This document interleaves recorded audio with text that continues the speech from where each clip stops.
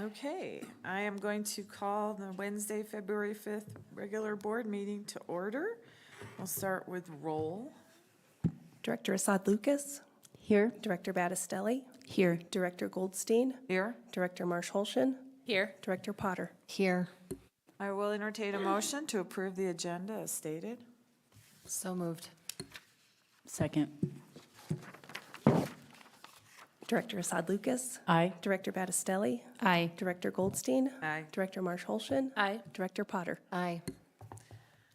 Executive session. I will entertain a motion to recess for an executive session to, 1, discuss the possible purchase, acquisition, or lease of personal property, more specifically, enterprise resource planning, ERP software, pursuant to board policies 2.0, general operating limitations, and 2.5, asset protection, and Colorado Revised Statute 24-6-4024A and 2, to receive legal advice regarding the New America School Thornton Charter Renewal Application pursuant to Board Policy 2.0, General Operating Limitations, and Colorado Revised Statute 24-6-4024B.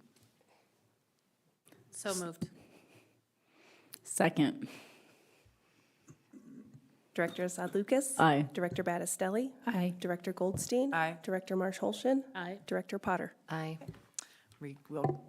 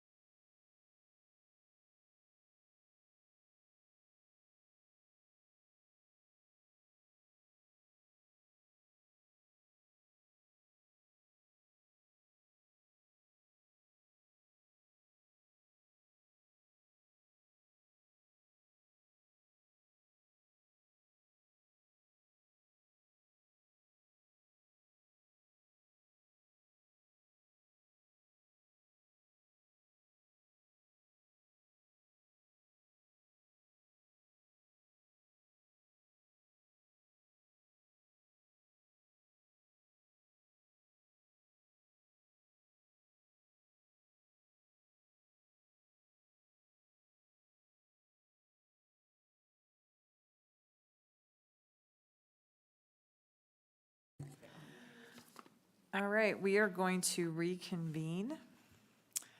And that means it's time for the Pledge of Allegiance. So if you're able. I pledge allegiance to the flag of the United States of America and to the republic for which it stands, one nation, under God, indivisible, with liberty and justice for all. All right. We never did our superintendent update.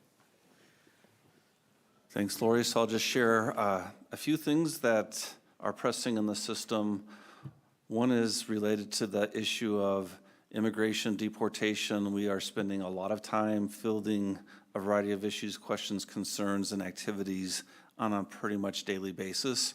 Today was one of those occasions where we had ICE activity in the Federal Heights and Southwest Thornton part of the community, and that affected Hillcrest Elementary, STEM Launch, and Federal Heights Elementary are the three schools most affected.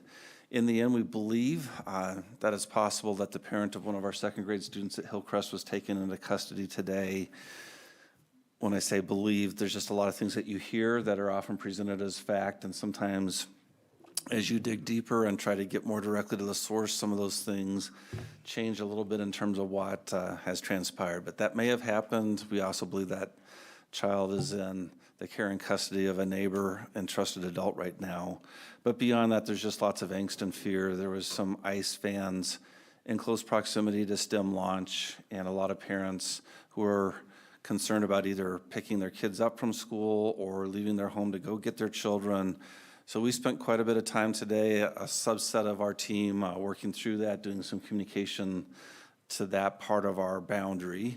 And I expect that we'll have more of that in the weeks and months ahead. So it's become a fairly significant part of many of our jobs on the security side in coordinating with our principals about what to do if this happens. And then there's also fairly consistent communication needs that we have in that space. What I'll emphasize in all of that is it still remains true what I communicated last week to the best of our knowledge, which is at this point, we've not had any ICE activity in any of our schools where ICE is asked to interact with a student or staff member there, nor are we aware of any of those interactions in the metro area or frankly throughout the United States. So we hope that our students will come to school. We also understand the fears and worries that families have. And as I've shared with some of the board members before today in email form, we do have some schools where attendance has dropped in the 4 to 5% range. And given conversations that we're having with families, we believe a lot of that. It's always difficult to parse it out individual by individual because in some cases families aren't as forthright about the why behind holding their kid home. But in a number of cases, a large number of these cases in some of these schools, families are expressing that the why is because of immigration contact concerns. So we'll continue to find ways to communicate with families, see if there are ways that we can problem solve with them so that they can take the right means to get their children to and from school. And if that's just absolutely not possible, see if there are alternative ways that we can provide educational resources and support to kids in their homes so that they don't get further behind. So that's a big piece. Related to that, I had a meeting today with the Adams County Sheriff and a number of the leaders on his staff, along with superintendents from other places in Adams County. And it was just a reaffirming message of what I believe the Sheriff's Office has communicated before, which is they're following the same procedures, protocols, and communication practices with school officials as they have for many years as it relates to their presence and activity in our schools. A second piece is that they're not in a position where they are planning to enforce and join ICE in immigration-related enforcement actions. There are times that they might be called upon to provide support in connection with federal agency enforcement measures around drugs and guns and other crimes in the community, like what happened at the 66th and Federal location. The Adams County Sheriff's Department did have a role in securing streets and traffic, but they weren't inside the building, is what the sheriff emphasized. And so they're acknowledging that there's lots of things in law enforcement work that are decided on a case-by-case basis. There could be situations, either hypothetical or real, where you'd have somebody who's engaged in criminal conduct who'd be inside of one of our schools, and so we could have the sheriff's department present at a school if that were the case. but they believe that's highly unlikely, and that their role would continue to be that they're only present on our campuses to deal with law enforcement criminal matters and not immigration matters. They also, I think, are frankly concerned that they were locked out of at least one school in the county recently and not allowed to enter on something unrelated to deportation. And so I think part of the outreach here was, let's not have the deportation issue get in the way of law enforcement providing the appropriate timely response to a safety and security incident or need in a school. So productive conversation, feel good about where that stands. Second issue is we're doing a whole lot of hiring right now for big stakes positions, including our next chief of human resources. So we've got some finalist interviews ongoing now. There's interviews that'll be getting to finalist stage with me and cabinet for Northglenn High School soon, for Vantage Point High School. We just hired an elementary executive director to replace James Scott, who departed at the start of the school year to go back to DPS. And we've hired Amanda Boyke, who's the principal at Skyview Elementary, for that position. There's a variety of things in business services around construction, maintenance, and things related to the bond that we're getting nailed down and close to filling out that entire team. So it's busy, and just in some of what I've described there's the possibility that you have dominoes about, especially if you make some internal hires, you might then have a position like we will at Skyview that you have to hire for next. So that's a busy and important thing that we're doing now. And then the final thing I would highlight is budget, and budget is becoming a bigger and bigger weight in some of our conversations that we have with school leaders and others within the system. We're going to be presenting to you later this month more information about our budget, but it's probably one of the top 3 or 4 most challenging budgets that I've had in 16 years in this role, and it's really a combination of things. One is that it's uncertain about how the state's going to fund declining enrollment districts. There's some advocacy, as you know, from the governor to not average over the course of 3 to 4 years what your enrollment has been, but instead to fund you only for your current year student count. We have concerns that in a lot of places our enrollment declines are fairly gradual over time, don't allow us to save expenses in terms of teachers and paraprofessionals and other things until a lot of students have withdrawn from a school or a grade level. So that could be a really significant adverse impact in the $7 million plus range if enrollment averaging goes away for next year. $7 million being a net, because the actual reduction is more in the $13.2 million or so range. So we have that big piece in terms of revenue that's challenging and worrisome. And then we have 2 other pieces of the puzzle that also complicate. The first is compensation. There have been some really challenging financial years in the past where we've had pay freezes. We had 1 year with a pay reduction. There's other years where we've done really modest things and have implemented half steps on our salary schedules for certified and classified. Those all come with a variety of challenges and implications. But beyond that, we know that even heading into the election this fall, that we were 8th out of 10th in the Pierre District Metro Region in terms of average teacher salary. That we know from data that we have now that our principals almost at every single level in the system are more than 5% behind the market for their same position in this Pierre District set. So we're in a tough spot with compensation. Classified, we have some positions in the same place. And so to go to a freeze or to do nothing at all in the compensation space, I fear will leave us in a spot where we're at more of a competitive disadvantage in getting people to come and to stay. So I expect as we have more work with our IBS team and with our CSEA team and discussions with principals, that there will be some investments that we all are recommending in compensation so that we can try to maintain our best competitive standing in a district that's really behind the funding curve. And then the third piece of the puzzle is that the year before this, the 23-24 school year, was our last year of using COVID and ESSER money from the feds. And there were some things that we've been investing in for a number of years that we felt like still made sense in terms of meeting the needs of students for the 24-25 school year. And so we spent about $9.9 million this year out of fund balance to meet some of those needs, and have invested in things like additional intervention beyond what our typical funding models allow us to do, and for more social emotional learning support, because we have lots of kids who remain dysregulated and challenged in engaging with peers and in the school setting post-pandemic, and a variety of other investments beyond, mental health and counseling being other examples. And so we've got to right-size some of those dollars, and we have compensation investments that I think we've got to actively contemplate and make happen, and then potentially a deficit, a real deficit in year-over-year revenue, which just makes the whole thing more challenging. Worst case, you add all that up and it's about a $30 million puzzle that you're trying to figure out in terms of cuts, reductions, adjustments, so that you can right-size some of the positions you've been paying for with one-time funding and deal with the deficit and new revenue, and also do something in the comp space. So that's a high-level overview. We'll talk about it a lot, and once we're in a spot where we feel like some of the fear, concern, and worry about federal actions, whether it's there's a variety of executive orders that have come down. It sounds like there could be some executive orders about the Department of Ed. Each time those things happen, we feel like there's lots of questions and communication we need to do. And so we want to pick our timing to be right around state school funding levels.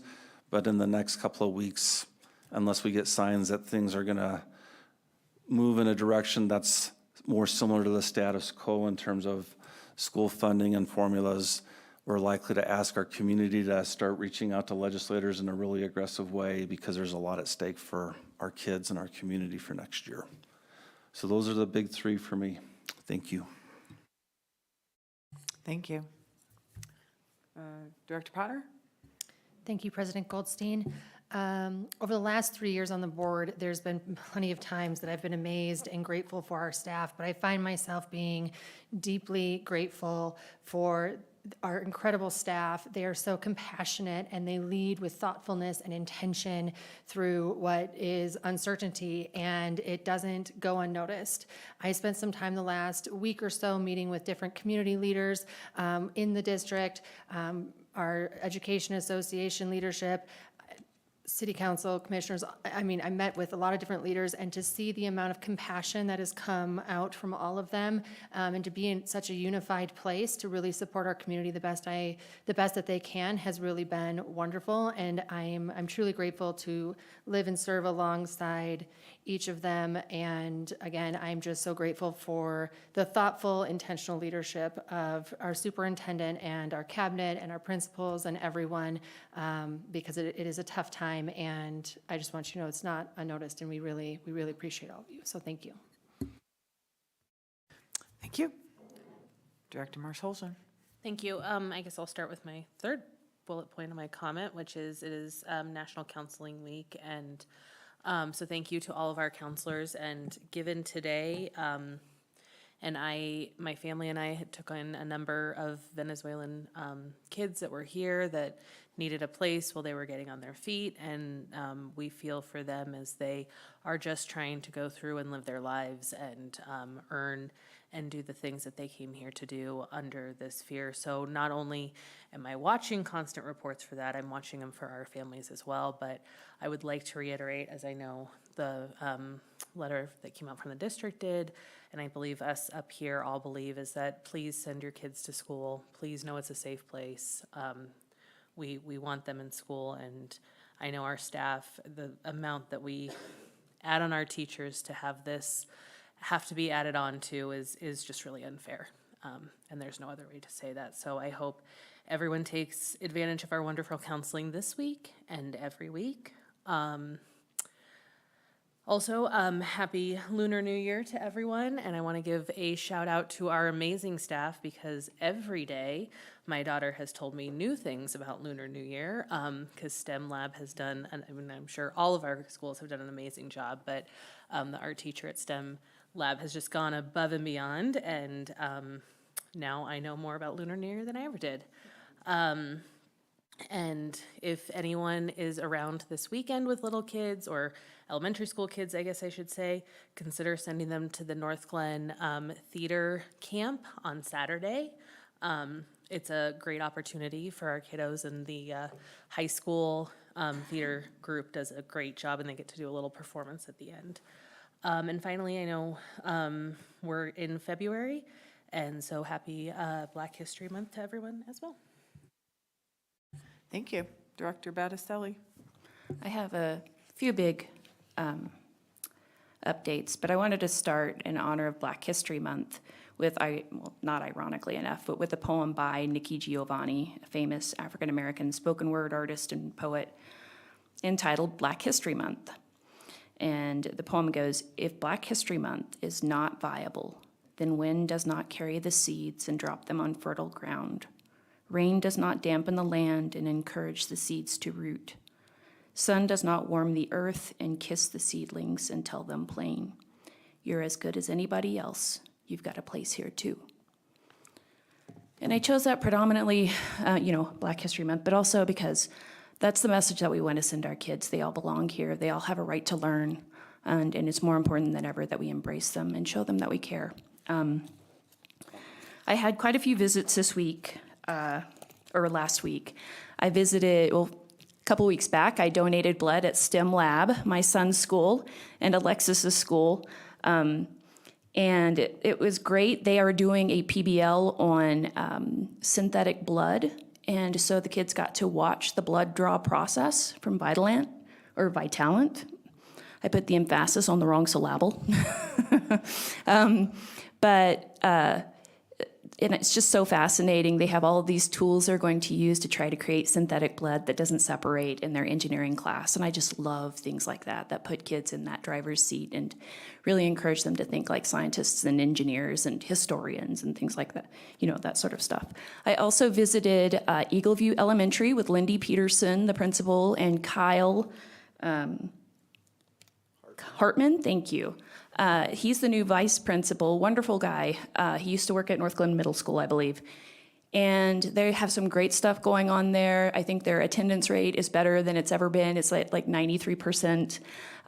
They have exceeded expectations in the math category for state accreditation, I believe. Is that correct? I'm looking at you. Yeah, which is very impressive.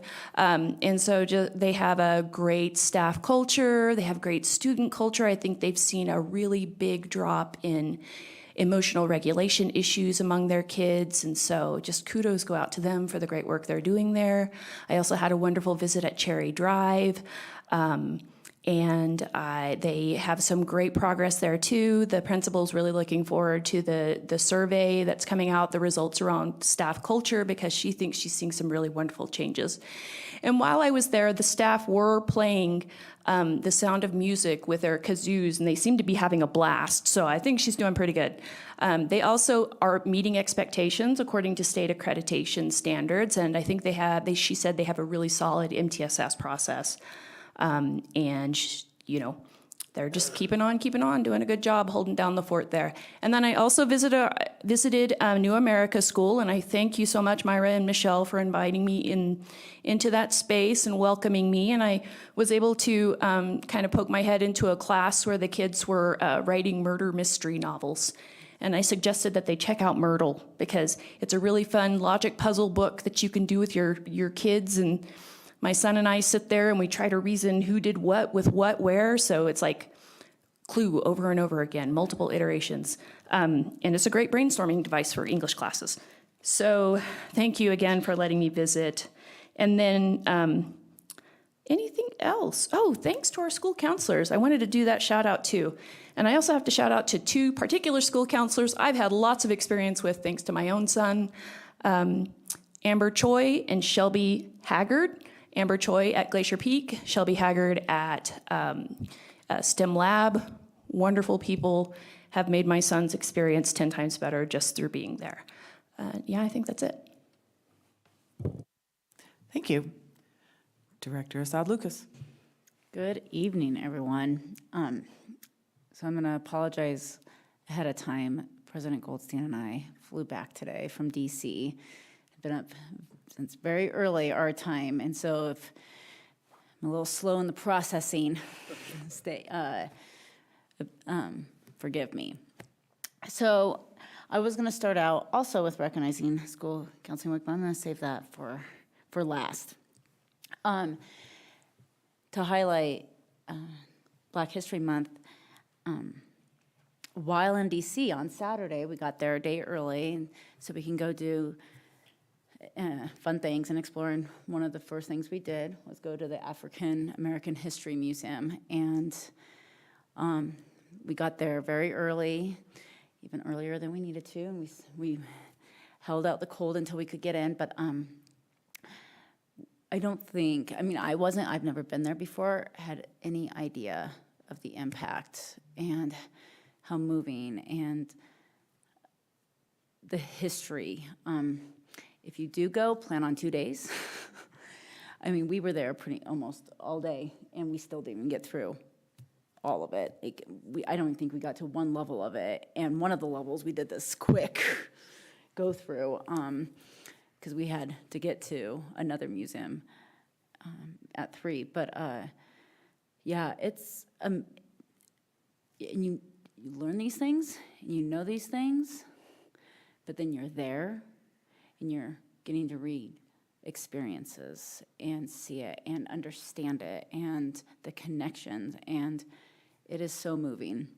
It's probably one of my most favorite parts of DC so far out of the 3 years that we've been going, and Lori's been taking me on whirlwind tours, but yeah, it's a pretty phenomenal place, and we got to be there on the first day of Black History Month, so it was even more exciting.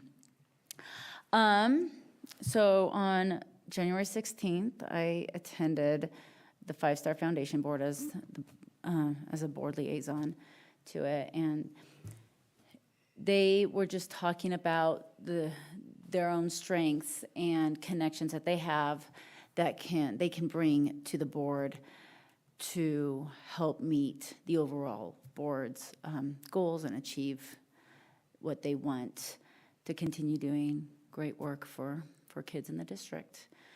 On January 22nd, I attended the District Equity and Engagement Committee meeting, and we got to hear from a panel of students about their experience in the STEM program at North Glen High School. And so that was just a really great opportunity. And we've heard it before, but it's different every time because it's different kids and their experiences are different, and what it means to them is different. So that was wonderful. And I just want to give a shout out and show my appreciation for all the work our equity and engagement department does for students and family, staff, and community. So thank you for your work, Marie and Manny, and to their team. On the 23rd, we had another IBS meeting. And again, just another great reminder. I mean, I've said this before and I'll say it again. It's just so many professionals in the same room having really, really hard conversations solely for the purpose of kids. And so it's just really, it's always an honor to be a part of that. There will be a special education advisory meeting tomorrow here at the district building from 5:30 to 7:30. And I shared this before, but this is just a really great opportunity for parents who have kids with an IEP or in the evaluation process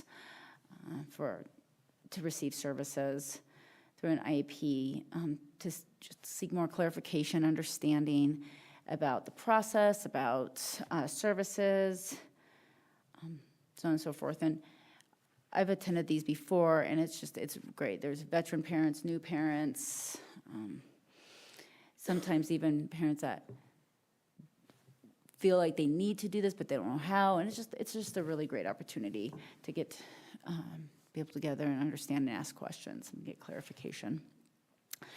Then another reminder about the powwow that is going to be hosted by APAC on Saturday, February 15th at STEM Launch. I think it starts at 10 a.m., right? Yeah, 10 a.m. A great event. The atmosphere is just so much fun. They have the traditional ceremonial dances, but then they have vendors as well. People that have crafted and made things, and some of it is just, and fried bread, as I've heard, which is also delicious. But yeah, it's a really great event, so highly recommend that. Okay, so get back. We'll probably talk a little bit about more President Goldstein will, but as I said, we were in DC at the Advocacy and Equity Institute that's hosted by the National School Board Association. And they do this yearly, and it's just a way for school boards across the United States to come together, understand more specific needs related to equity and advocacy. And a lot of it's in the past, even this year it still was really focused around IDEA and supporting students in special education, because IDEA, when it was established in the 1975, it was Congress said that it would say it was going to be funded at 40%. This year, it was funded at 12%, and that was down from last year that it was funded at 16%. It has never, ever been funded fully.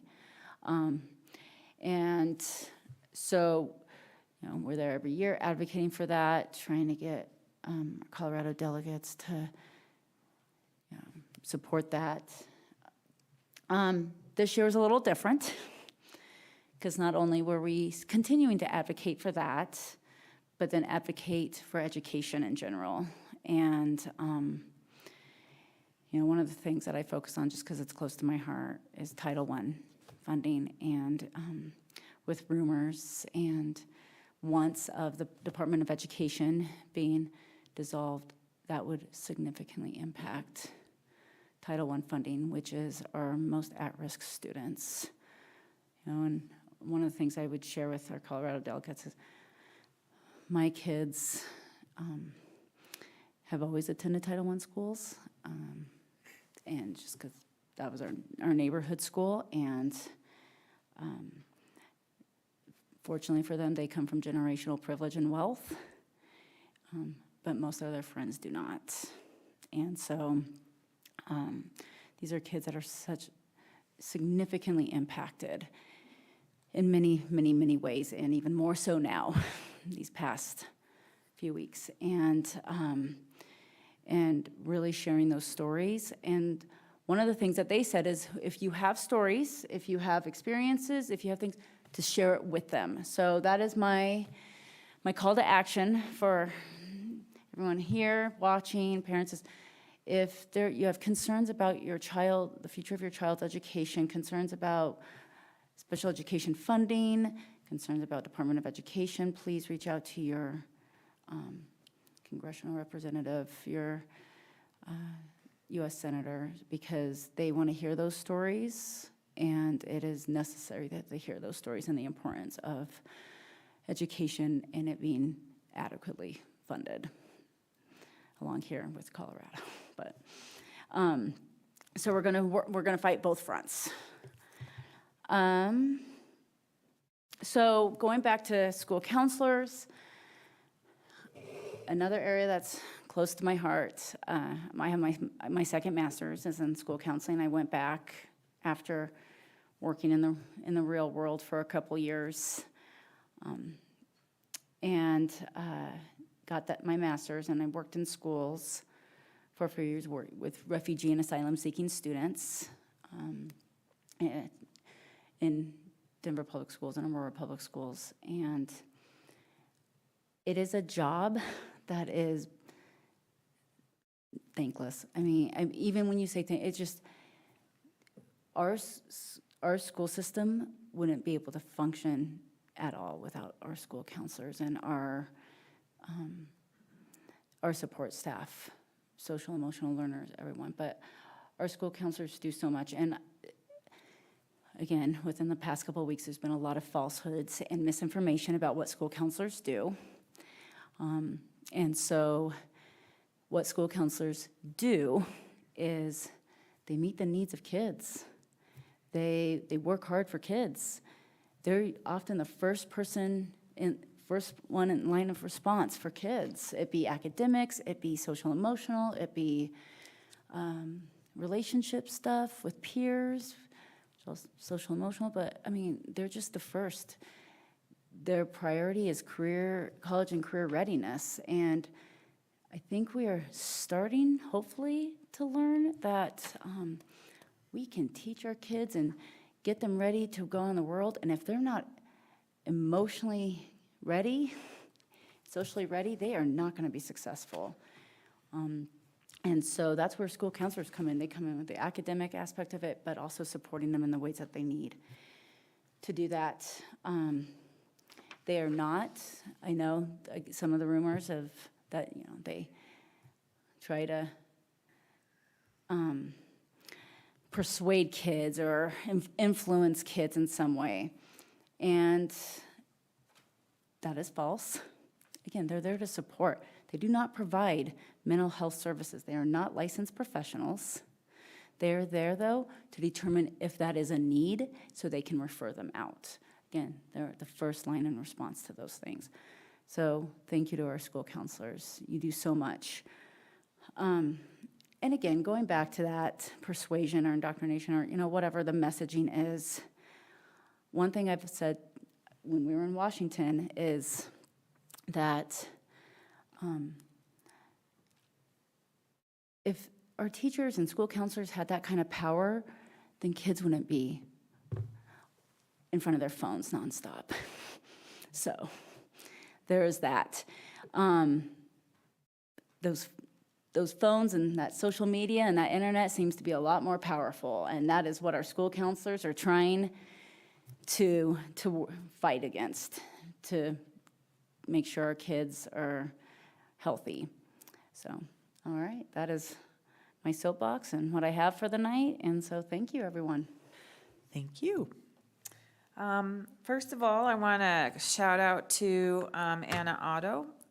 She works in our instructional department. When she won an award from, she's one of 25 leaders recognized nationwide for her exemplary work across a variety of segments of K-12, particularly computer science.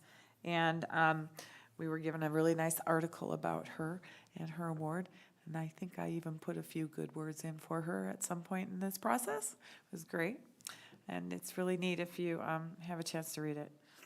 I also want to shout out to Representative Jackie Phillips. She represents House District 31, and we're laughing. It is kind of funny, but I think there's a really important message in all this. So she had a bill. She got kids from Horizon High School to support a bill to pick out a state mushroom for the state of Colorado. And, that is kind of funny when you think about it, but it's also very educational because those kids were able to watch the process of how a bill becomes a law. And it's not quite over the finish line yet, but today it passed the House. Overwhelmingly, there were a few people who actually voted against it. And one representative said something about, I believe he thought it would lead to eco-terrorism or something like that. But, you get a shout out to those Horizon kids, and I think Mr. Sanchez is their teacher, and they went down and testified, and it's really great. And I think her next step, she has to take it through the Senate, and when it gets signed, hopefully the governor will sign it, and maybe we can get him out here to Horizon High School, where she wants to try to make that happen. So that's kind of cool too. Back to the African American Museum. If you've never had a chance, it's a very powerful place. It's relatively a new part of the Smithsonian, and you do need a ticket. It's free, but you have to get a time stamp to get in.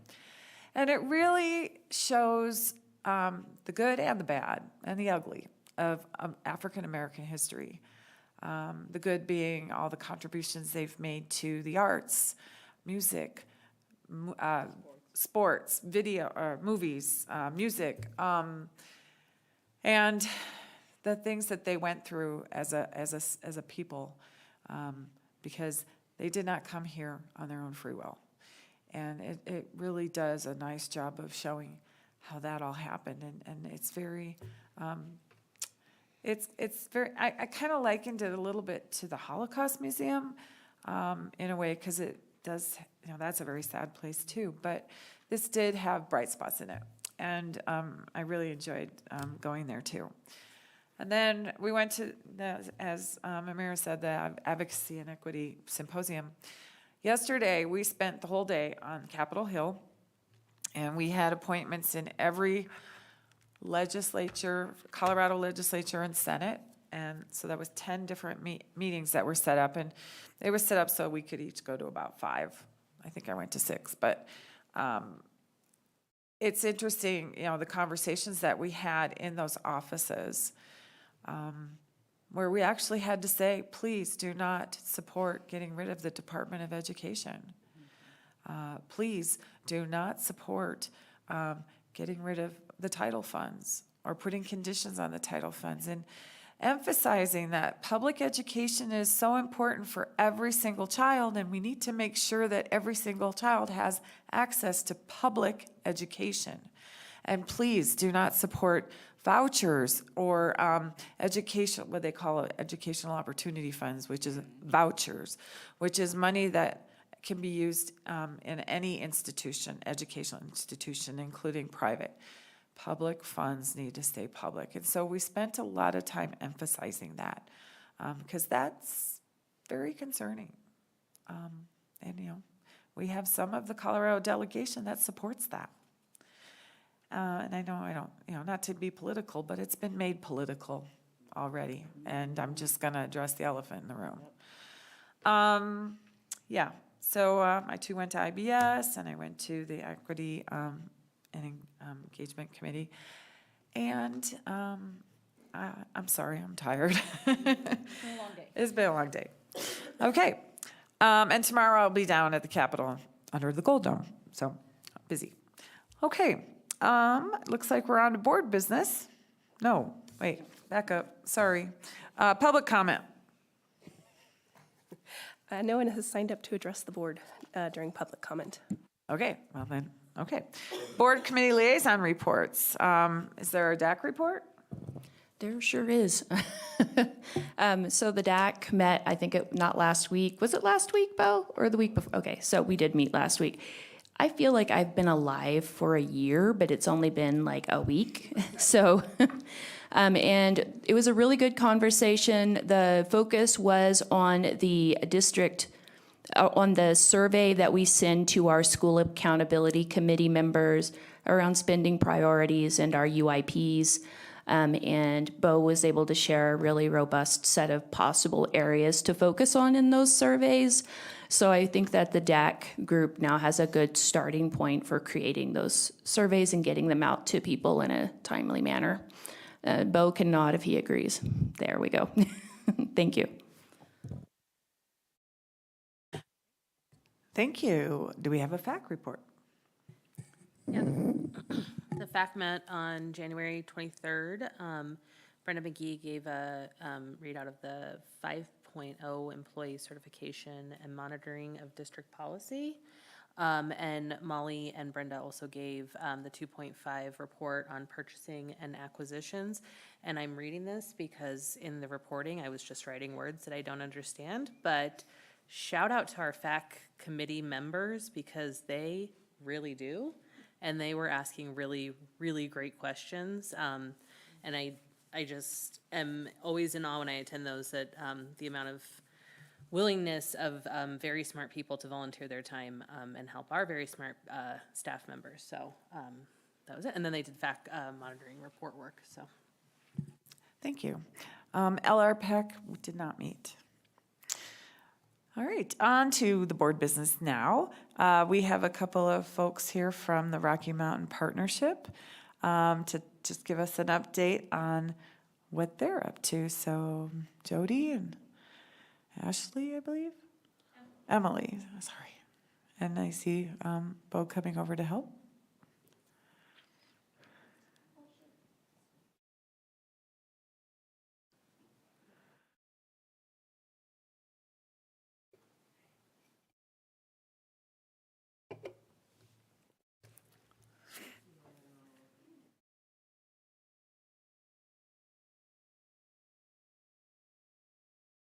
On like that. Awesome.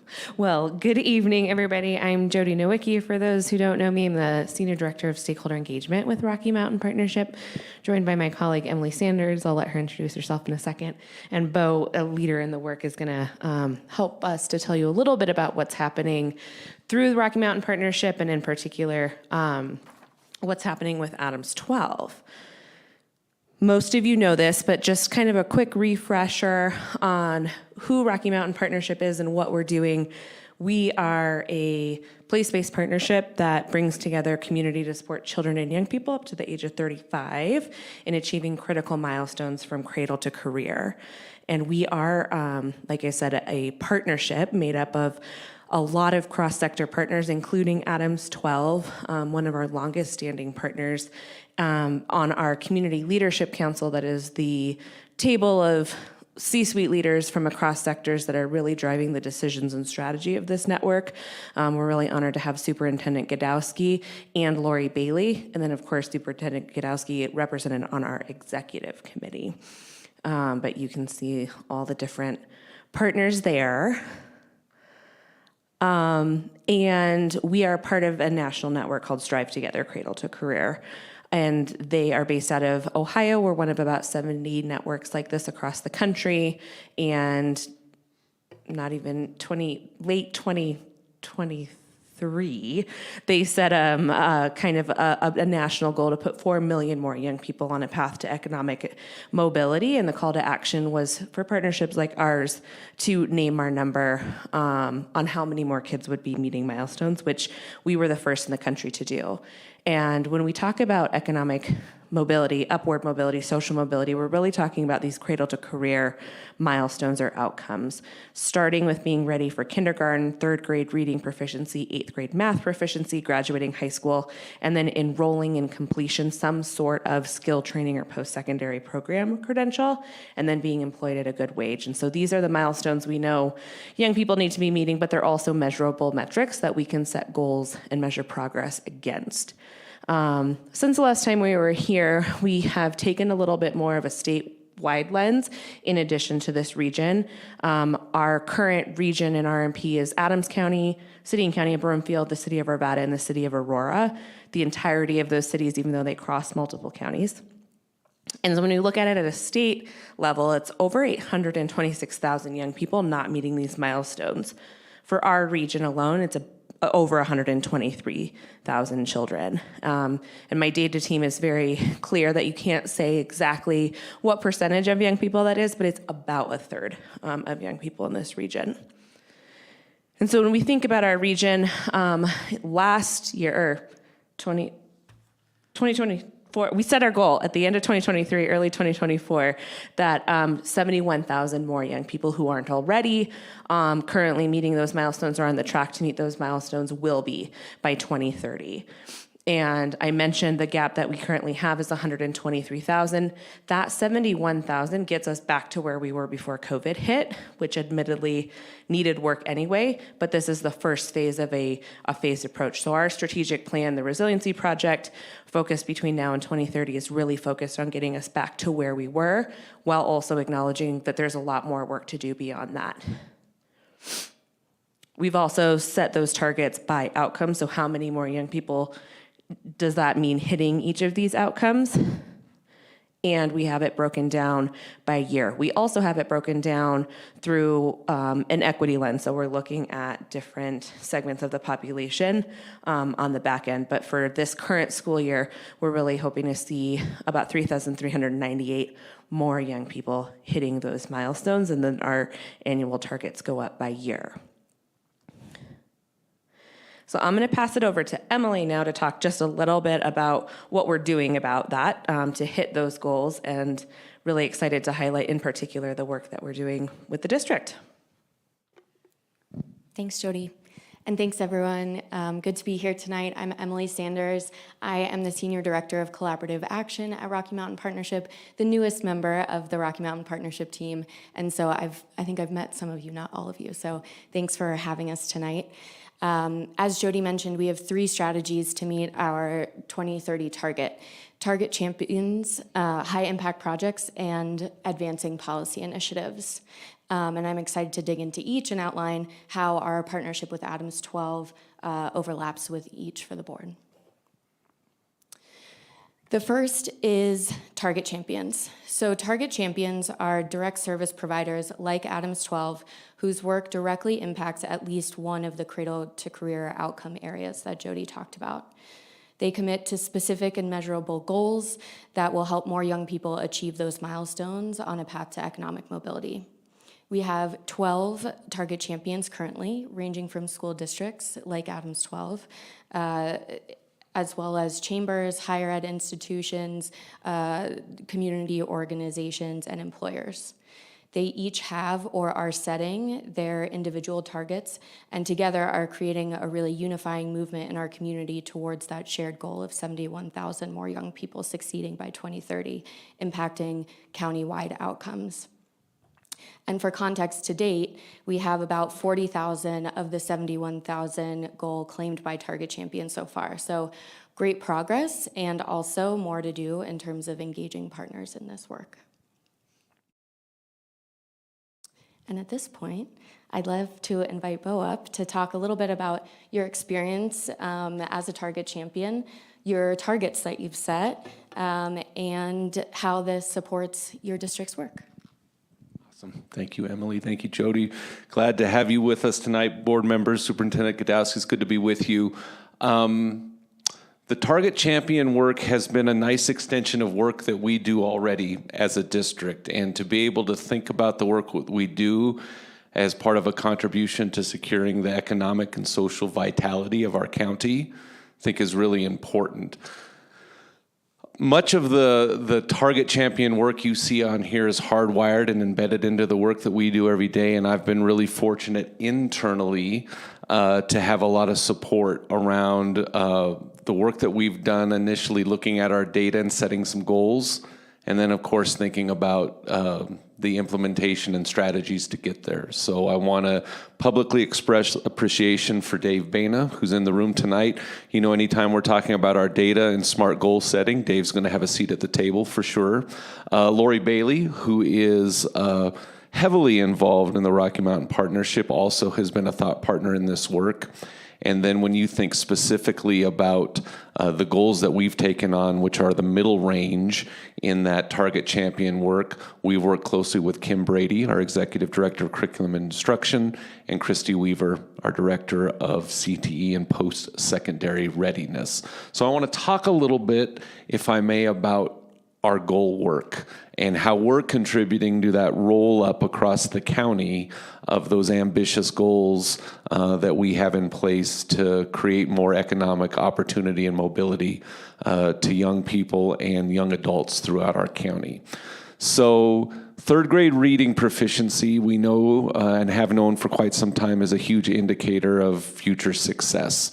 And between now and 2030, we want to see 408 more students than we had last year across our system reaching that third grade proficiency threshold. This is a metric that we've been interested in working on for quite some time as a district around early literacy. You as a board are very well aware of our investments in Benchmark Advance, the investments we've made in academic and reading interventionists, the work we continue to do to support students who have dyslexia or dyslexic-like characteristics, to marshal all the resources we have, human and otherwise, to get more kids on track to reading earlier. This is an ambitious goal. You can see an interim goal of this year of adding 68 more kids to that total. We're going to need to be revising these year over year, obviously, so we can continue to stay on that 2030 goal as we look at results and also contemplate declining enrollment in our district. But this is a goal we've had in place and an area of work that's been front and center for us as a system. 8th grade math is another piece that's built into the Target Champion work. We have a lot of work going on at our middle schools right now around thinking classrooms in math, and that really is the ability to be able to explain at a more deeper conceptual level how mathematics works and how it's applied specifically in the real world as part of that proficiency. So Many of us in our generation are familiar with just automaticity of algorithms and in and outs. Today's application of mathematics and extension of mathematics really requires the ability to extend that and apply it in new and interesting ways and career-embedded ways that we know our 8th graders are already thinking about as they move forward. Again, we want 360 more kids than we had last year when we get to that 2030 goal on track, and that, as we break this down over 5 years, equates to 60 kids next year. High school graduation, as you know, is a point of pride for us. We just celebrated our highest graduation rate ever in Adams 12, and yet we want to continue to strive and increase that number year over year moving forward. I want to speak a little bit and celebrate the work in the last 2 buckets, though, particular.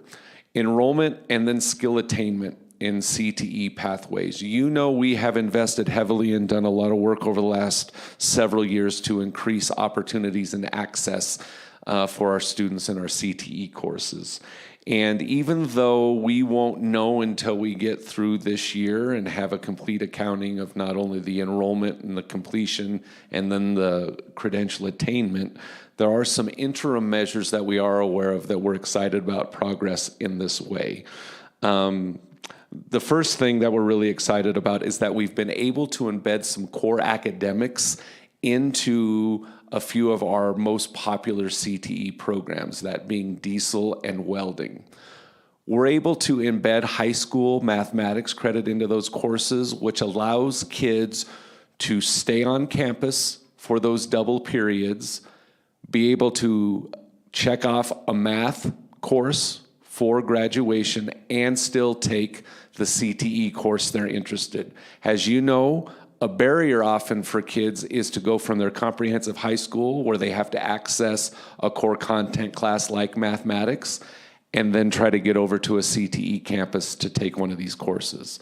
By embedding the mathematics into the welding and diesel experience, we alleviate a barrier and get more kids into those programs. Not surprisingly, those 2 programs, extremely popular. We offer sections even beyond into the early evening to accommodate student interest in those places. And we're on the cusp of also adding mathematic bearing credit to our auto tech 3 and 4 class.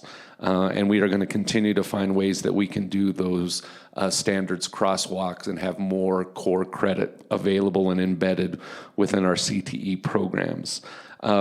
We also continue to do a lot of work in expanding opportunities for new pathways and concurrent enrollment opportunities for kids. A couple that we're really excited about that are launching now are in the aerospace and engineering program at Future Forward through a partnership with MSU Denver. And we also now have a accreditation program for unmanned aircraft systems, AKA drones, which have become very popular.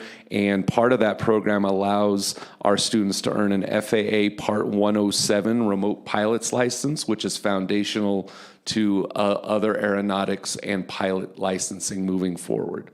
So as we continue to want to see greater increases in the number of students enrolling and ultimately attaining industry credits, part of that work is opening and expanding new pathways, which is part of that work around concurrent enrollment opportunities and new opportunities with crosswalking credits so that we can have students pursue and earn math credit while they are in a diesel class, in a welding class, and moving forward. So that number of 1,493, it's the largest on the page, and yet it's the one I think collectively we feel the most optimistic about because of the pace that we're continuing to develop and build out our CTE programs. We're excited with the opportunities of the passage of our bond to create some new spaces for this learning, and we're hopeful that we can fill that with appropriate staff at the time that they come online a few years from now as well. So excited about those pieces year over year moving forward. I want to just say that wish we're at a point right now where we could give you some more interim sense of how we're progressing. You know well that the proficiency around reading and math is not something we're going to see and completely know until CMAS results come in, and there's nothing that we have in the system that we feel is a really good replication and predictor of that. But we do know that the work we have in place around K through third literacy and middle school mathematics, we feel confident puts us on track. And then, as we said, we're very proud of where we stand and continue to trend in high school graduation. And we're also feeling good about the work that we're doing in career and tech ed moving forward. So we're going to be connected with the partnership. You noticed that there were some other school districts that are also target partners. I think there's going to be opportunities for us to learn from each other and hear from each other around successes and challenges. We're kind of the largest player in that space, which is a great thing, and also I think a humbling thing that sometimes smaller districts that are a little more nimble and in different places have things that they can offer us, and we can sometimes offer to them. So we look forward to that step as well. Who am I turning it back over to? Back to Emily. All right, thank you. Thanks, Bo. And I'll just say that the Adams 12 team has been really thoughtful and intentional with these targets that they've set, as well as the strategies that are behind them. So really excited to have you all as partners and to keep moving the needle with this work. As Bo mentioned, we are excited to launch our Target Champion Community of Practice this year. This is a space for Target champions like the districts, but also like the other organizations outside of school districts to come together to connect and collaborate, share challenges and opportunities, analyze their data in real time, lift policy barriers or opportunities, and discuss funding needs and identify opportunities for collaborative applications. So that's one thing that we're really excited to be moving forward with this year. And I'll just say that you have the TA available to champions on your screen, and it looks a little bit different for each organization, and we really just try to plug in the best ways to support the work that you're already doing. Our second strategy is executing high-impact projects. High-impact projects, or HIPs as we like to call them, bring together cross-sector partners to address challenges and barriers that impede progress towards cradle-to-career outcomes that no one organization or sector can really tackle alone. Each HIP identifies baselines and targets similar to Target Champions that will contribute to the 71K target. And they aim to address shared barriers that entities like Target Champions lift to us, as well as incubate and scale new and innovative solutions. Now, we know that there's so much need in so many areas along those cradle-to-career outcomes that could have these collaborative projects around them, but we can't do everything at once. And so we took 9 very ambitious projects and whittled them down to 3 to really start this year around. And these are the areas where there were the highest need, and also the community partners at the table willing to come together and tackle them together to really make an impact in them. So therefore, we've landed on these 3 HIPs for 2025, starting with the first 2. The first HIP is improving and enhancing educational and career navigation for learners so that they have the support that they need to earn skills and credentials. We know that the navigator to student ratios are significantly above the national average in our region, and so this HIP is piloting a couple different innovative solutions to expand navigator capacity in the community. The first one of the pilots is a project with CASA, leveraging their evidence-based model to create an effective volunteer navigation program. Lori Bailey from the Adams 12 team has been a huge partner and support in this initiative, and the Adams 12 Waffles wraparound support facilitators are providing referrals to the CASA team for the family engagement pilot.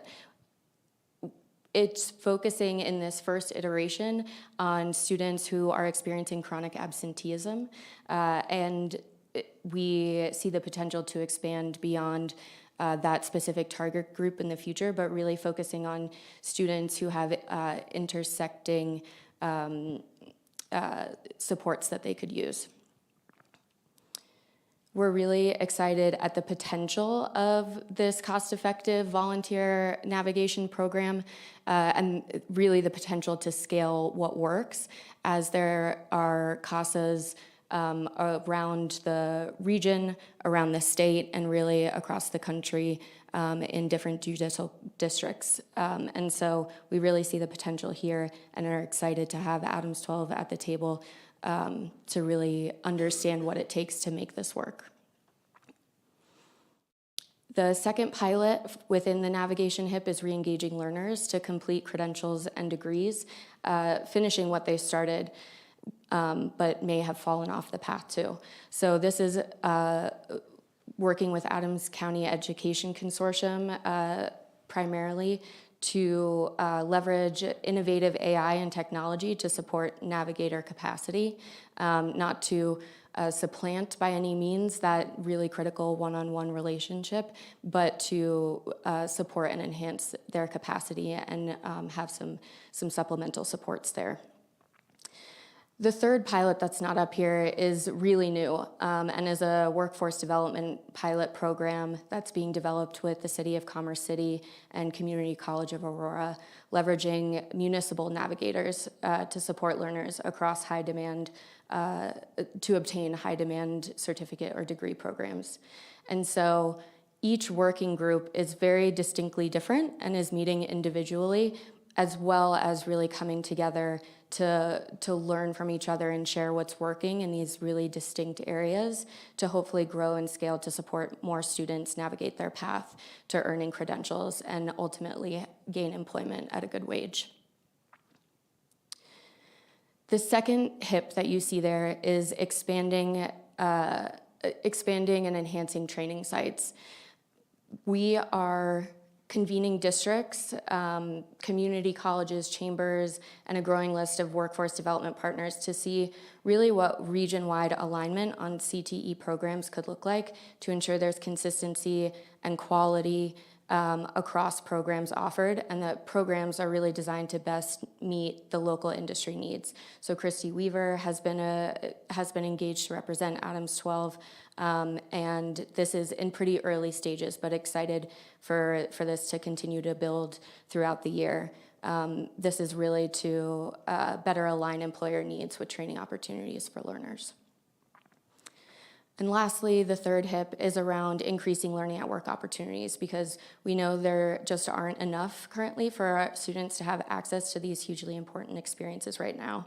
And as I mentioned, the first two HIPs are really prioritized for the first 6 months.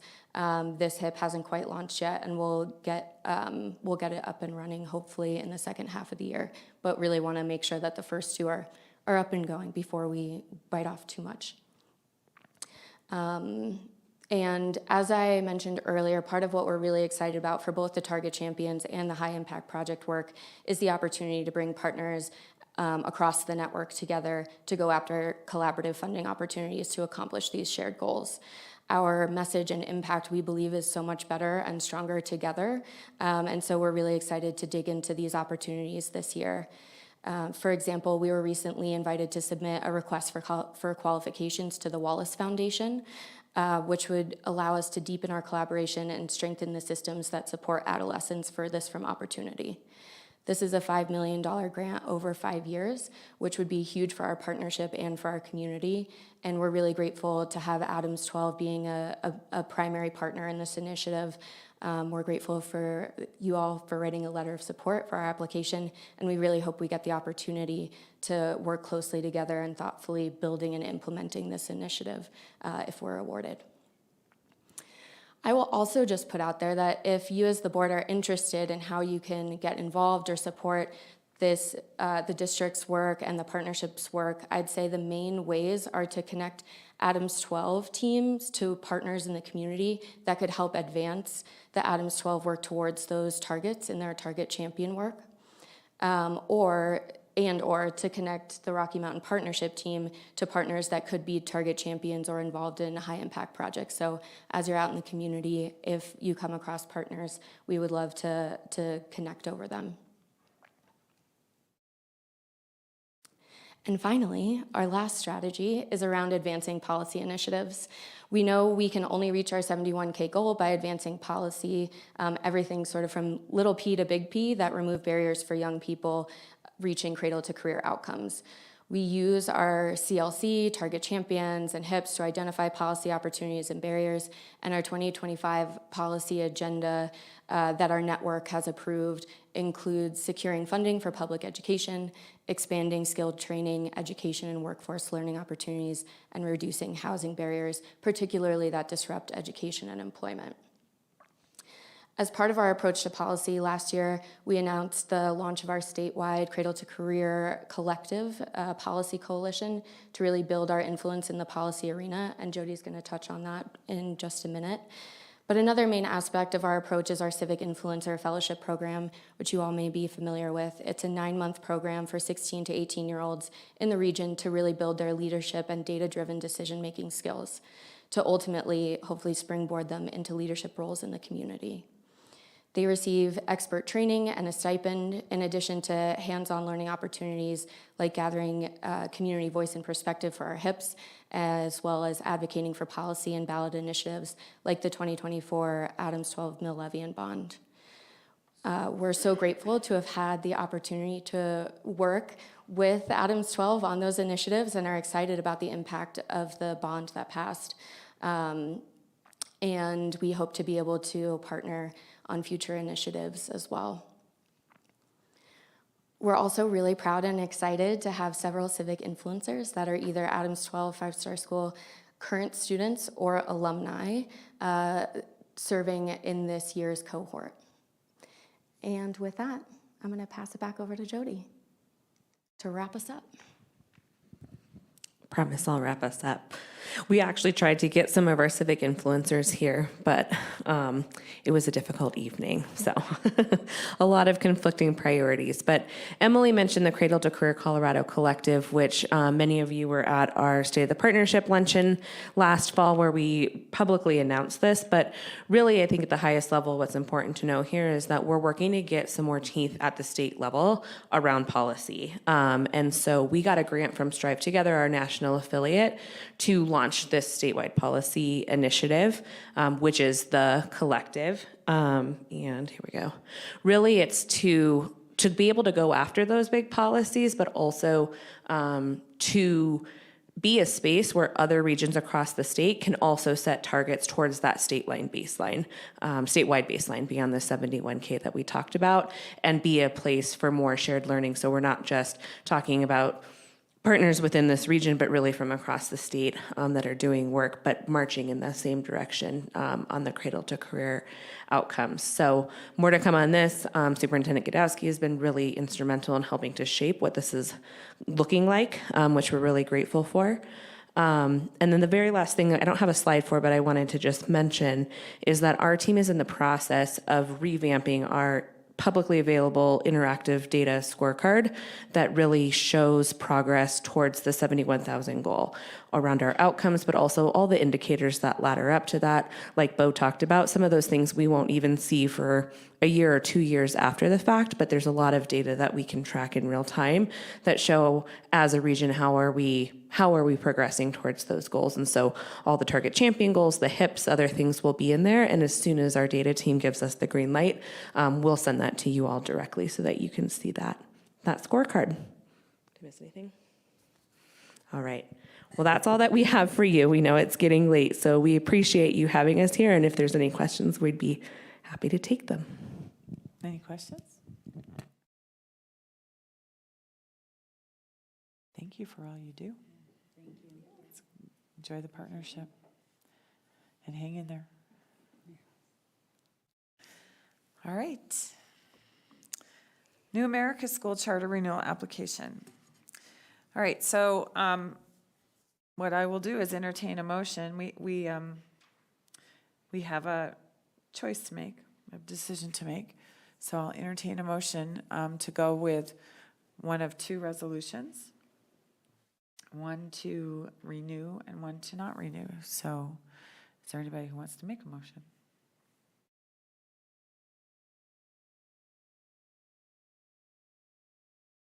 Motion to renew. that adequate? That's a good start. I would recommend that you would make a motion to adopt the resolution for a 2-year renewal as presented. Motion to adopt the resolution for a 2-year renewal as presented. Yes. Okay. Is there a Don't second? ever leave me to take charge. Second. Okay. All right. Thoughts? I mean, I have a lot, I talked with Myra and Michelle last Friday, and there are just a few things I would like to reemphasize based on the conversations that we had. And at the time, I noted that the primary concern for me is around IEP and special education in relation to dropout rates. And the learning specialist situation. It would mean tons to me if we could make sure that the learning specialist is in place and providing that support on a consistent basis. The other piece that makes me reemphasize this is, and I told you this in the conversation, I believe Adams 12 has a roughly, and I checked with Chris when we talked, 13% rate of students who are on IEPs. And I'm looking at Dave in case he gestures furiously. No, you got that wrong. You would know. And I did some calculations based on the numbers that you provided, and it seemed that your numbers were low. I think around 6 or 7%. I'm not a mathematician. Somebody else would need to double check that for me. And that concern, like I said in the meeting when we had that conversation, I'm not sure that we can compare the two the district to a school that accurately. I do think that there's a gap there that should be of a concern to pay attention to, because it could mean you're missing some kids who should be on IEPs.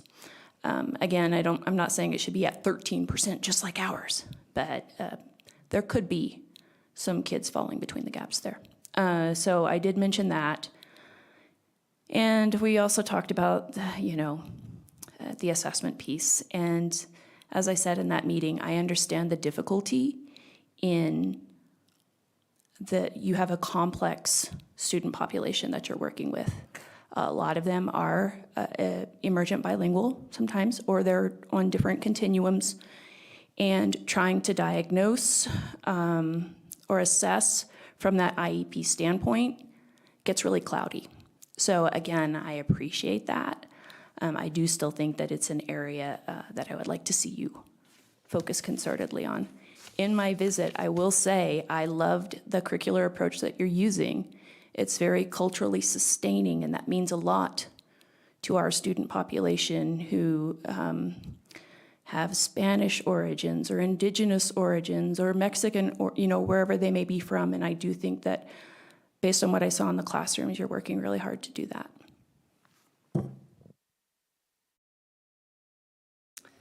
So I learned earlier, and I'm going to start by saying I love our charter schools. Been a big charter school advocate from the very beginning. Now, it is concerning to me that all of our charter schools are equally paying in to help provide a resource from the district. And if we have 4 charter schools paying in, but 1 charter school using most of their time, that doesn't sit well with me. Our last 2-year contract, there was a lot of, I'm not going to sugarcoat it, hand-holding. And we came down pretty hard and said, you guys have to meet this. And there was too many issues. And so if you guys are granted this renewal, I would ask that you be mindful of how much of that person's time you guys are using and how much you guys need to be responsible for on your own, so that you are not taking away from the other charter schools in the district, because that is not fair to the other schools that are trying to be on their own and make those changes in-house. My other concern is I understand that you guys are the Thornton location, but there is a larger organization that kind of comes to play here and helps make some of your decisions for you, and I am disappointed that we have not seen them yet. I think for me, when we are discussing whether or not New America is going to move forward, the overarching body or the larger decision makers should also be present, fighting tooth and nail alongside you. So I feel like there's a little bit of a disconnect. So I would hope that if you are granted the renewal, you can kind of work together. And I hope with your new position, like that you guys can continue to build that gap or bridge that gap, and have them come alongside you more.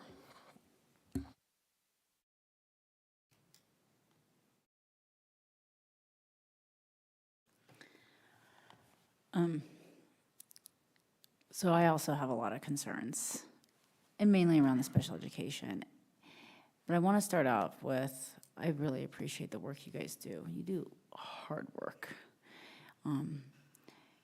And serve kids in ways that obviously other schools cannot. And,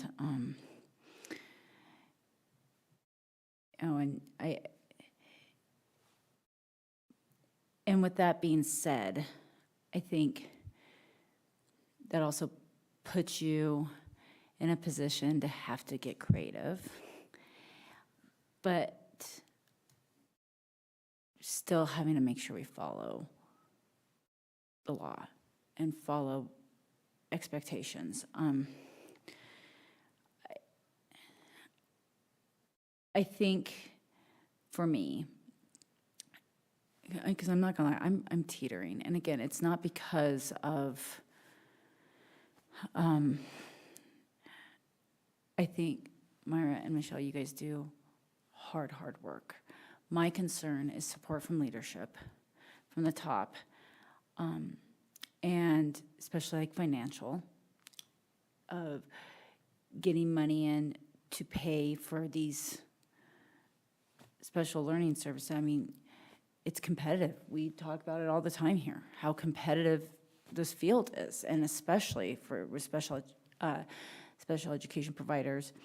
And so my concern really is leadership helping the school with that, and being creative with that, of how will then attract and retain those educators, because it seems as though too, there tends to be that you hire somebody or somebody comes, but because of, finances or pay, whatever the case, they leave. And so then you have this big gap that you're not providing services. And even though that's understandable, that's unacceptable at the same time. And so it's,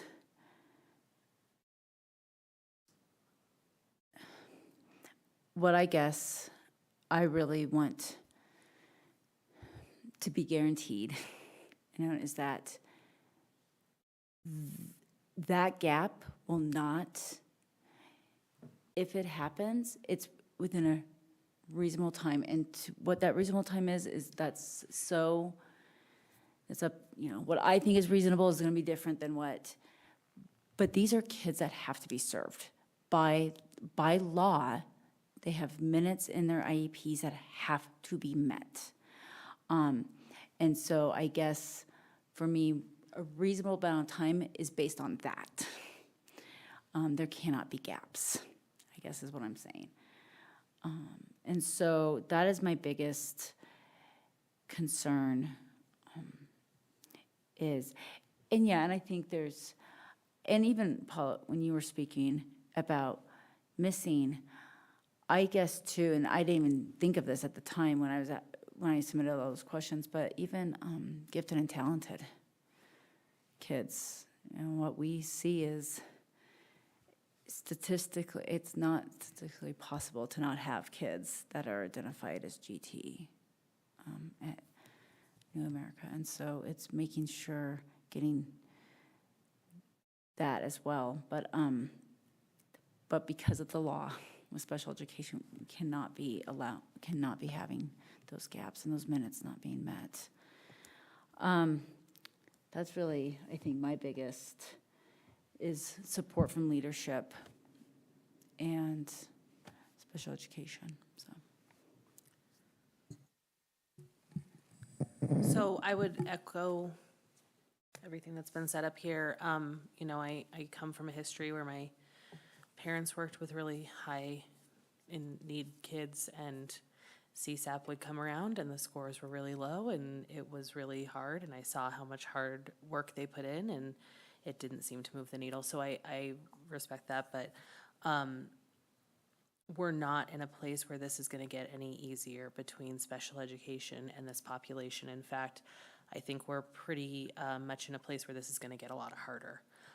It's gonna require a lot more with a lot less resources federally, and there's no way to get around that. So because of that, I think this is the wrong time to eliminate a school like this. I think that the people, you know, I know it's hard when so much work goes into a smaller graduating class, but I was at your guys' graduation last year, and I mean, I think giving those kids an opportunity does matter.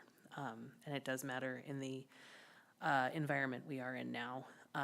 Obviously, I come from the special education background, SPED student myself, working with my daughter on her, so it's near and dear to my heart, and the breach of, you know, that we were sent is hard to read, so that's got something we gotta fix.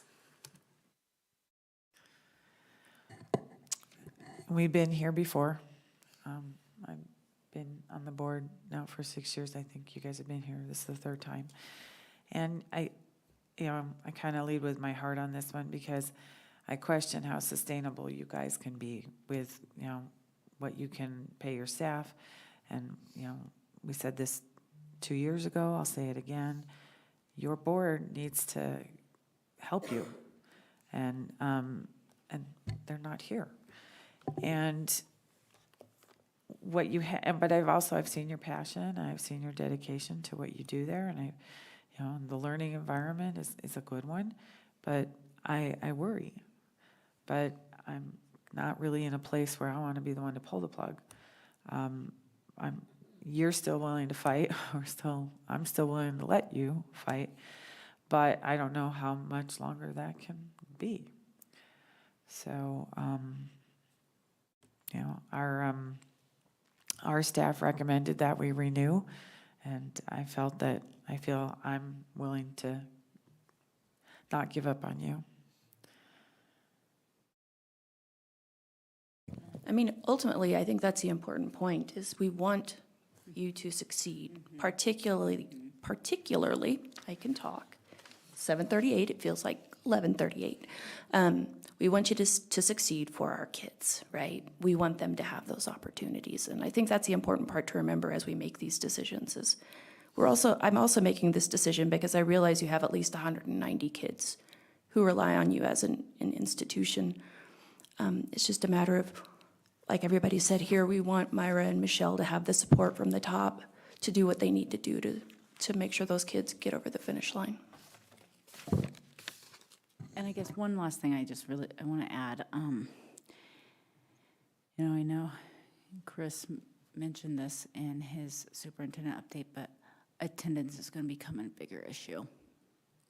And that's just the reality of it. And it's, yeah. And I think because there's already those attendance issues now, that's going to be a big thing, is how to get creative, because we can understand that some things are out of your hands. Some things are out of our hands. They just are. But it's what efforts are being put into, and how are you trying to get those kids into those buildings, or into the building. And it's going to be challenging. And again, and not just for you guys, for across the country. Yeah, I think that's my concern as well, is just continue. And again, going back, I agree with everyone. You guys provide a vital service to and important education to kids that really need this, and don't want to take that away. However, don't want to be here again in 2 years. I want to be able, if I'm still here, if I'm still here, I would want to be able to vote for a longer extension. Because we, like Lori said, this is not sustainable. We can't keep doing this every 2 years, so, all right. I will wrap it up by saying I do appreciate all your work, your passion, and your dedication. You know, I was here 2 years ago when a fellow board member made the argument that, you know, you have about 180 students now, and where Adams 12 was as a district when you guys came into the district is very different. It has grown, it's adapted, ELL services, school opportunities, the parent committees. It is a very different place than when you guys first opened. And so I am not convinced that we could not meet your students' needs in the Adams 12 district schools. I don't think that we're at that place anymore.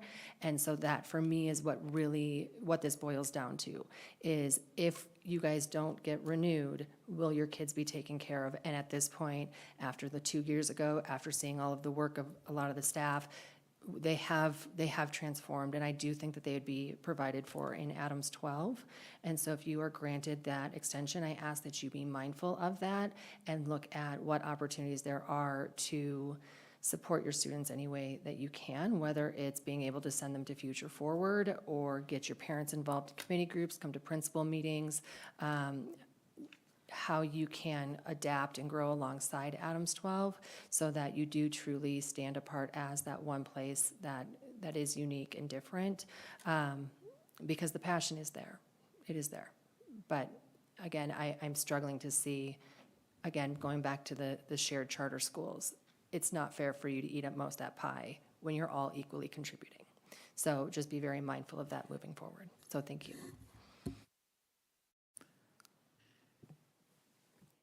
Director Assad Lucas, Aye. Director Battistelli, Aye. Director Goldstein, Aye. Director Marsh-Holshen, Aye. Director Potter. No. Okay. You guys have work to do. And thank you for being here. And we didn't need to use the other resolution. Okay, instructional materials. I will entertain a motion to adopt the instructional materials presented at the January 15th, 2025 board meeting. So moved. Second. Any discussion? Just a question, would it be helpful in the future for us to link those materials again on this agenda? Because I'm not seeing them linked on here, and it might just be nice to have those actively linked.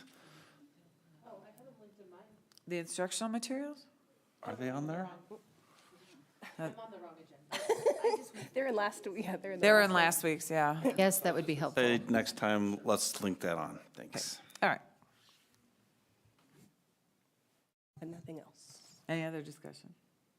Okay. All right, Director Assad Lucas, Aye. Director Battistelli, Aye. Director Goldstein, Aye. Director Marsh-Holshen, Aye. Director Potter. Aye. All right. Proclamation, Public Schools Week. I will entertain a motion to adopt the proclamation declaring the week of February 24th through February 28th, 2025 as Public Schools Week in Adams 12 5-star schools as presented. So moved. Second. Any discussion? Well, just coming off our advocacy of public education, I think for me, this past few days really highlighted the necessity and the importance of public education. And I always go back to Alexis' comment of public education is the last true Equalizer. equalizer, yes, thank you. Equalizer. And I shared that with some of our delegates of saying that, and some of them agreed. And so, but it's true.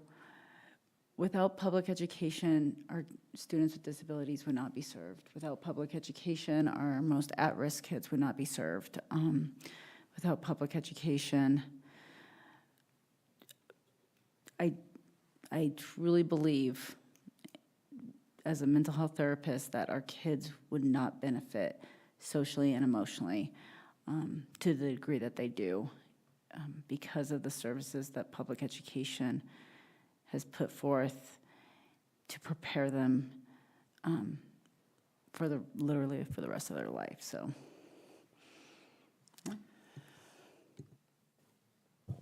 I think my dedication to public education is pretty clear in that I'm sitting here.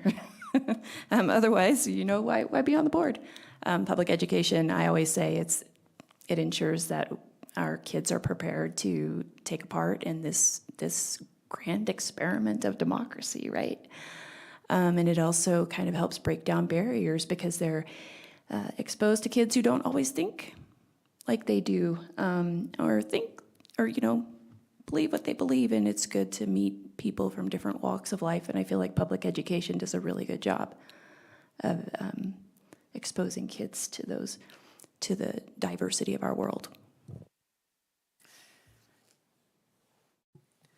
Yeah, I would agree with all that. I would again say to this empty room that, but I'm hoping there's people Maybe somebody's online, listening at home. that public education is important and that you are hearing from the White House is not the way that public education operates. And I would hope that our community uses the opportunity to speak to the board, to speak to the superintendent about their concerns and, come find out what actually public education looks like, because it's not what's being said. And I hope that our federal leaders wake up and continue to support public education and stop politicizing it. One of the treats of this last couple of days was one of our closing speakers was Senator Bernie Sanders. And, he does a really great stump speech. But I recorded a little bit of it just because of his passion in it. We are the richest country in the world, but we do not fund our public education. And when are we going to wake up as a country and say we need to fund public education, because it is the most important thing for our democracy and for our children. They deserve that. I mean, I feel like I had a great public education in the 1900s. We were joking about the last century, but I do, and I feel like I was able to give that in my career, and I feel like my children also have had that, but I've also seen the struggle in the last couple of years. So, yeah, anyway, enough being like Bernie Sanders and preaching. well, I was just going to say, I appreciate the proclamation coming forward. Public education is very important. I'm grateful that we live in a state that has so many educational choices so that people can find the right fit for them. And I look at how diverse public education is, not only in our state, but just nationwide. And I'm grateful that we have such strong advocates, such as two of our board members advocating to better fund public education, and of course, our superintendent, who's been helping fight that fight alongside them, because I do think no matter what choice you pick on how to educate your children, that we definitely need public ed. And speaking of Bernie Sanders, that was one of the things I think that really hit home for me was, being in the richest country and having kids being hungry in our country and in the richest country in the world, and our public schools feed them. Yep. Feed them at least breakfast and lunch and snacks, things like that. And so, yeah, that was you mentioned Bernie, that was a big thing that stuck out for me with him. All right. Director Assad Lucas. Aye. Director Battistelli. Aye. Director Goldstein. Aye. Director Marshallson. Aye. Director Potter. Aye. Okay, I believe on Tuesday? Monday. Oh, Monday. we have our annual meeting with District 12 Educators Association. And in your packet, the questions we've asked in the past. It's always something that you ask them a question and they start talking. So these are the questions. Did Dave Lockley and Steve, were they okay with these? Yeah. Okay. So, yeah, and they'll have it set up.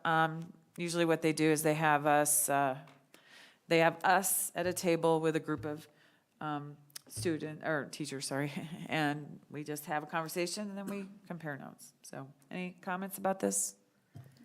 The only consideration I had, and to some degree it is addressed in the questions, but the last time we met with the educators, they had a lot of concerns around the emotional regulation piece.